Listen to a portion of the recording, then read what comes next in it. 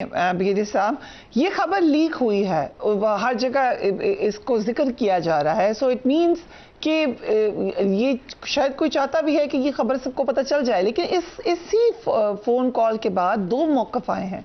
America के सदर कुछ और कह रहे हैं, इजराइल एग्जैक्टली कोई और बात कर रहा है। होगा क्या? जो इजराइल ने कहा है कि हम करेंगे हमले, यही होने जा रहा है। अमेरिका ने सिर्फ दिखाने के लिए अपने आप को डिटैच किया, और हो सकता है कोई टैसिट अंडरस्टैंडिंग हो, जैसे कि अब्दुल्ला ने भी कहा और आपने भी जिक्र किया। लेकिन ये पॉसिबिलिटी आप लोग नहीं कर सकते हैं, और हो सकता है जब बातचीत करते थे उन्होंने कहा इस टाइम पीरियड में आप जो कर सकते हैं ऑपरेशन लेबनान में आप करें, और इसके बाद से लेकिन उन्होंने कहा था जब हम चीजें फाइनल करेंगे तो हमने सुएज से निकलना है। सो दैट्स वाई आप देखें कि नेतन्याहू के लिए तो कोई फ्यूचर नहीं है उसका, तो अपनी पॉलिटिकल स्टैंडिंग के लिए उसके लिए तो ये चीजें चाहिए, he will continue with it. और फिर देखिए दैट्स वाई प्रेशर बिल्ड किसने किया? ईरान ने किया। ईरान ने सस्पेंड किया, तो दैट्स वाई ईरान का इंटरेस्ट था, वहां पे प्रेशर था। फिर न सिर्फ देखे ना, न सिर्फ हिजबुल्लाह पे प्रेशर है बल्कि इजराइल पे प्रेशर है। बेसिकली अब तो लोग कहते हैं इट इज ए ट्रैप जो हिजबुल्लाह ने लगाया है, तो इनको ल्यूर इन किया। इसके बाद 2000 में भी ये हिजबुल्लाह ही था जिन्होंने इनको वहां से निकाला था बैरूत से।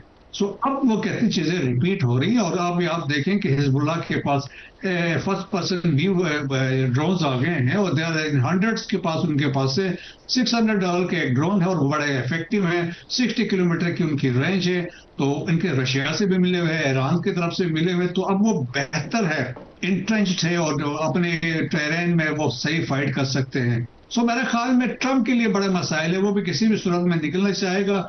अगर देखें ये प्रोलॉन्ग होता है, खुदा न खास्ता चीजें होती नहीं है, फिर देखें इट विल, जो डिवास्टेशन होगी, जो डिस्ट्रक्शन होगी, इसके लिए it is not between America, Iran या इजराइल के साथ। तो आप देखें गल्फ कंट्रीज के लिए आप देखें डिस्ट्रक्शन होगी। इजराइल तो ऑलमोस्ट मिट सकता है इस जंग के फौरन बाद, जो इम्प्लीकेशन होंगी। आप खुद मेरे वेस्टर्न कंट्रीज मानते हैं कि ईरान के पास 70% उनके मिसाइल्स इंटैक्ट है। ऑलमोस्ट 33 बैटरीज थी, कहते 30 बैटरीज ऑलमोस्ट उनकी स्टिल इंटैक्ट हैं। फिर उनके पास ड्रोन भी है, कैपेसिटी है, कैपेबिलिटी है, और फिर ऊपर से देखें ना लेवरेज देखें, स्ट्रेट ऑफ हॉर्मुज़ और न्यूक्लियर उनके पास दूसरा है। क्विकली ये भी बता दें कि देयर इज अ चांस कि एस्केलेशन हो जाए। दिस इज ए पॉसिबिलिटी, बिल्कुल है कि इस पे ऑप्शंस में भी डिस्कशंस हो रही है। अगर कोई चीज नहीं होती है तो व्हाट आर द ऑप्शन? तो पहला ऑप्शन यही है, शॉक एंड ऑ, और इसमें मल्टी डायमेंशनल अटैक्स होंगे और ईरान के ऊपर, और अल्टीमेटली वो डिस्ट्रॉय करना चाहेंगे, डिस्ट्रक्ट करके कुछ चीजें कैप्चर करके, लाइक स्ट्रेट ऑफ हॉर्मुज़ वाली साइड पे आइलैंड्स को कैप्चर करें। बात हो रही है अब तो। जी हाँ, वो एक देखिए वो साइमल्टेनियस होगा, साइमल्टेनियस एक्टिविटी होगी, और एक बड़ा आप देखें उससे ये होगा कि जब ईरान रिएक्ट करेगा तो बाब मंदब बंद करवाएगा, स्ट्रेट ऑफ हॉर्मुज़ बंद होगा, तो इंटरनेशनली आप देखें वर्ल्ड इकोनॉमी पे क्या implication, western hemisphere, eastern hemisphere, तो it will have serious economic pains across the globe, destruction. GCC countries आप देखें तबाह बर्बाद हो जाएंगे।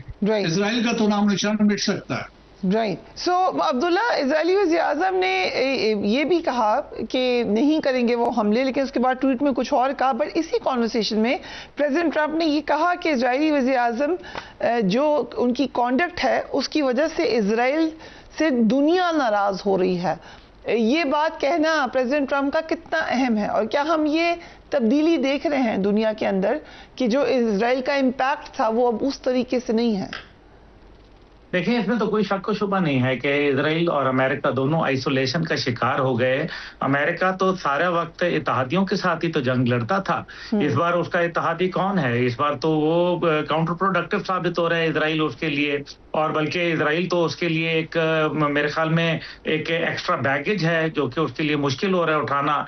न सिर्फ उसको फाइनेंशियली, मिलिटरीली, बल्कि अब तो उसको डिप्लोमेटिकली सपोर्ट और मॉरली सपोर्ट करना नामुमकिन हो चुका है अमेरिका के लिए। लिए अमेरिका के अंदर से आवाजें उठ रही हैं। लेकिन इन सब के बावजूद मुझे बताएं, डोनाल्ड ट्रंप साहब का क्या फ्यूचर है? क्या वो इलेक्शन लड़ रहे हैं? तो बिल्कुल भी नहीं। और अगर ये ब्रिगेड साहब को पता है, मुझे पता है, आपको पता है और नादरीन को पता है कि वो तो बिहाइंड बार जाने वाला है नेतन्याहू, तो क्या अमेरिकन प्रेसिडेंट को नहीं पता, जिन्होंने मल्टीपल टाइम्स जो है वो इजरायली प्राइम प्रेसिडेंट से रिक्वेस्ट की थी कि आप इनको पार्डन कर दें, जिसके ऊपर उन्होंने टका सा जवाब दे दिया था कि मैं ये काम नहीं कर सकता, ये अदालतों ने करना है। अब ये जो कोर्ट्स ने जो एक लैतो लाल से काम लिया है, वहां 2 महीने के लिए मौखर किया है, ये आपका क्या ख्याल है अमेरिकन इंटरवेंशन के बगैर हुआ है? ये माइक हकाबी जो वहां बैठा हुआ है, जो कि पक्का जो मेरे ख्याल में वो अमेरिकन एम्बेसडर कम और यहूदी नुमाइंदा ज्यादा लगता है, तो ये सारा हो क्या रहा है? ये देखें, मेरे ख्याल में ये एक टैक्टिक्स है और इसको आप टाइम गुजारना चाहते हैं।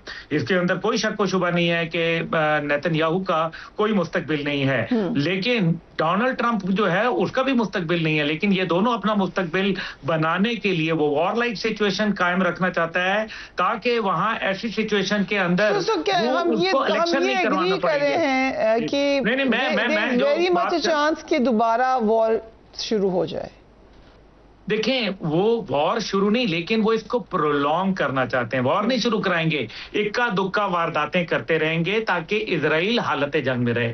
जब तक कि इजराइल हालत जंग में रहेगा, वहां उनकी एक जो इमरजेंसी हुकूमत है वो कायम रहेगी, जिसका मतलब है नो इलेक्शंस। और अगर इलेक्शन नहीं होंगे तो यही जो नेतन्याहू का सर्वाइवल है। और अगर ये सर्वाइवल हो जाता है तो इसका इफेक्ट डायरेक्ट अमेरिका के ऊपर होगा, जहां उनके मिड टर्म इलेक्शन होने वाले हैं और वो ये कहेंगे कि देखो जी, इजराइल के अंदर उनकी सपोर्ट मौजूद है अमेरिका के लिए, प्रो अमेरिका सेंटीमेंट वहां मौजूद है। इस वजह से जो जायनिस्ट और जो जूइश लॉबी है वो अमेरिकन प्रेसिडेंट को सपोर्ट करेंगे और मुस्तकबिल में डोनाल्ड ट्रंप के लिए जो उनके ऊपर ह्यूमन राइट्स वायलेशन के केसेस बिल्डअप होने जा रहे हैं, उनको वो रोकने की बात करेंगे। So if you allow me, brigadier साहब, पाकिस्तान ने पूरी कोशिश की, but is it very complicated now for Pakistan?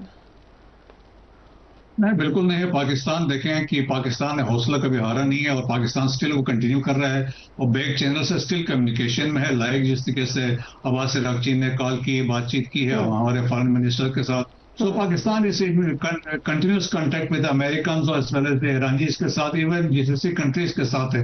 Ultimate soul objective Pakistan का पीस एंड स्टेबिलिटी है और दैट्स वाई हमने पहले ही कहा था कि स्पॉयलर्स भी हैं, डिटेक्टर्स भी हैं और वो भी हैं एडर्स, जो एबेटर्स भी हैं, जो इसको कोशिश करेंगे कि और मजीद इसमें वो कंफ्यूजन पैदा हो। लेकिन रियलाइजेशन तो देखें सब में है, स्पेशली ट्रंप के एडमिनिस्ट्रेशन के लोगों को भी पता है कि क्या है। GCC कंट्रीज देखें, उनके स्टेक्स बहुत हाई हैं, वो तो बिल्कुल नहीं चाहते कि फर्दर कोई इस तरह मजीद हालात हो, क्योंकि इससे डिस्ट्रक्शन उनकी ज्यादा होगी। ठीक, thank you gentleman for being on the programme. एक और बहस भी जारी है कि कितनी क्या कह रहे हैं स्मॉल बिजनेसेस और कस्टमर्स, रात को बाजार जल्दी बंद होने चाहिए या देर से बंद होने चाहिए? इस हवाले से हमने एक रिपोर्ट बनाई है, डू वॉच दैट। और आज के लिए इतना ही, अपना अपने घरों का ख्याल रखिए, अल्लाह हाफिज़। काफ़ी मुतासर हो रहा है। ज़ाहिर है, आप इस्लामाबाद के कस्टमर को जानते हैं। इस्लामाबाद में कस्टमर है जो निकलता ही रात के टाइम है ना, कस्टमर जब आता है तो इधर मार्केट में आ जाते हैं, बंद करें जी। अगर 5 मिनट भी लेट हो जाए तो 30-35 हज़ार का चलान है, तो कारोबार तो तबाह करके रख दिया अभी इन्होंने। ये हुकूमत का काम ही नहीं है कि वो ताजरों को जो है ना वो इस तरह दुकानें बंद करने के लिए गए। ताजर देखें आज़ाद लोग हैं, ये कोई आपके मुलाजम तो है नहीं कि आप जो ऑर्डर चलाएं और ये मान लें। वक्त की कोई पाबंदी नहीं होनी चाहिए, इस पे हमें नुकसान हो रहा है। कोई भी कारोबारी आदमी है, क्योंकि मौसम गर्मी का मौसम है, 7 बजे मगरिब होती है, 8 बजे कैसे मार्केट बंद कर सकते हैं?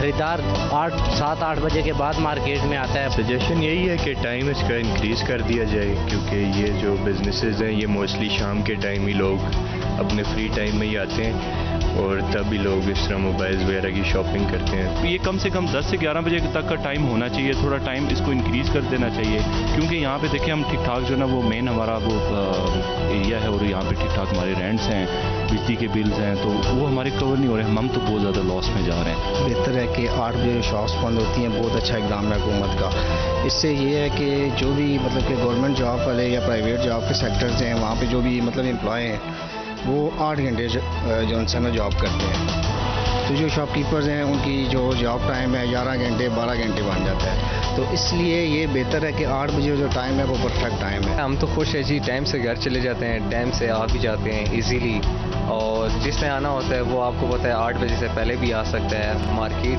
आपको इस टाइम पता है वैसे ही डाउन है, कोई हालात नहीं है, तो ये है कि बंदा टाइम से घर चला जाता है।